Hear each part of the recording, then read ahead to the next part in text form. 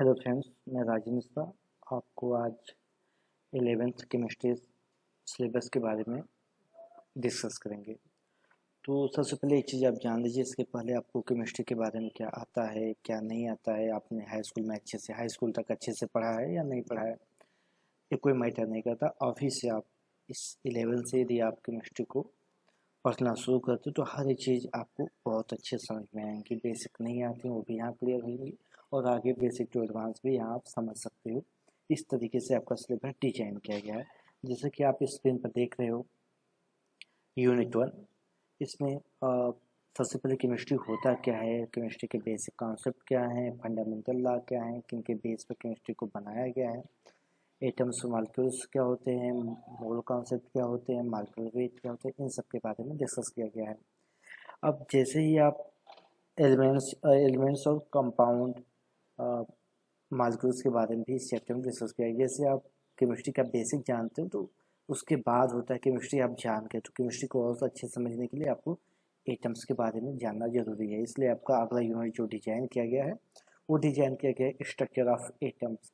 इसमें आपको एटम्स के बारे में, एटम को डिफाइन करने के लिए, समझने के लिए जो एटॉमिक मॉडल हैं उनके बारे में, और एटम के अंदर क्या होता है, सेल, सब सेल, इन सब ऑर्बिटल्स, इन सब के बारे में इसमें डिस्कस किया गया है।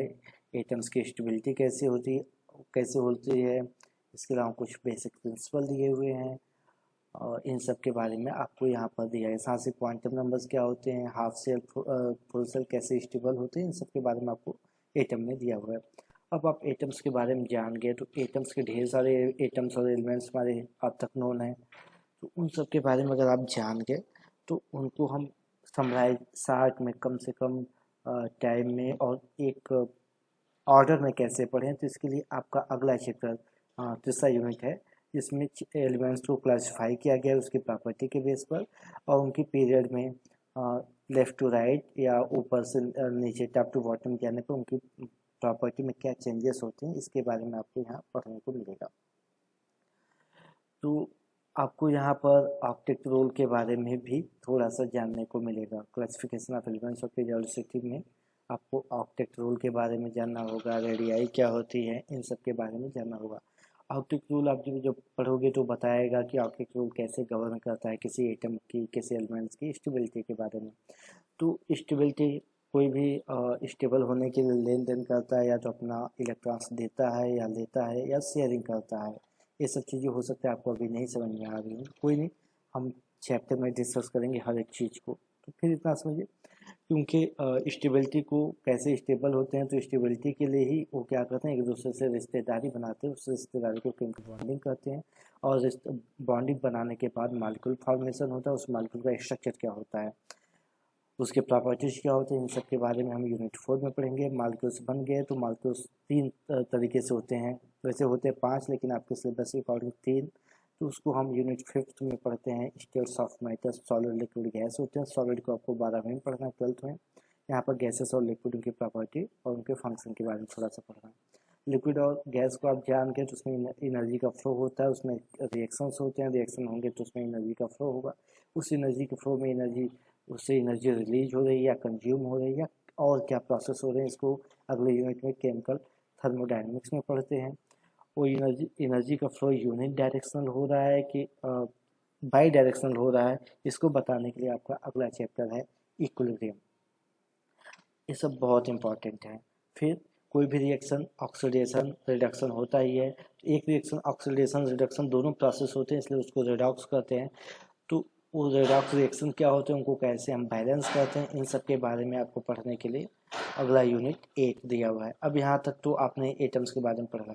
उसके बाद आपका है पीरियोडिक टेबल का सबसे अलबेला एलिमेंट्स हाइड्रोजन।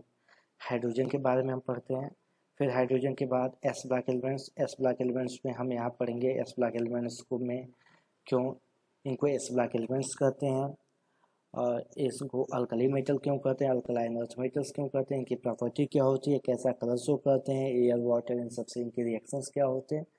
ये सब बहुत इंपॉर्टेंट चैप्टर, बहुत ईजी, बहुत इंटरेस्टिंग चैप्टर, इसको हम इसमें पढ़ेंगे। फिर अगला यूनिट 11th आता है, इसमें P block elements basically boron और कार्बन फैमिली के बारे में हम यहाँ आपको 11th में पढ़ते हैं। बाकी जो आपके पी ब्लॉक के एलिमेंट्स बचते हैं उनको हम दूसरे 12th में पढ़ते हैं।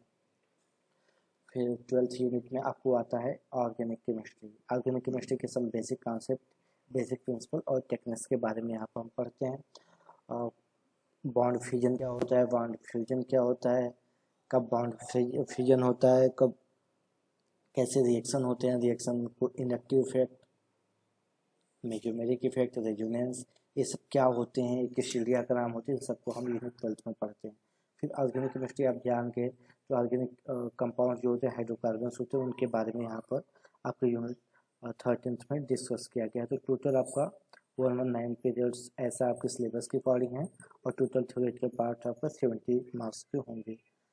तो ये रहा आपके सिलेबस एनालिसिस और हम कल से अगले वीडियो लेक्चर से आपके यूनिट 1 के बारे में डिस्कस करेंगे। Thank you.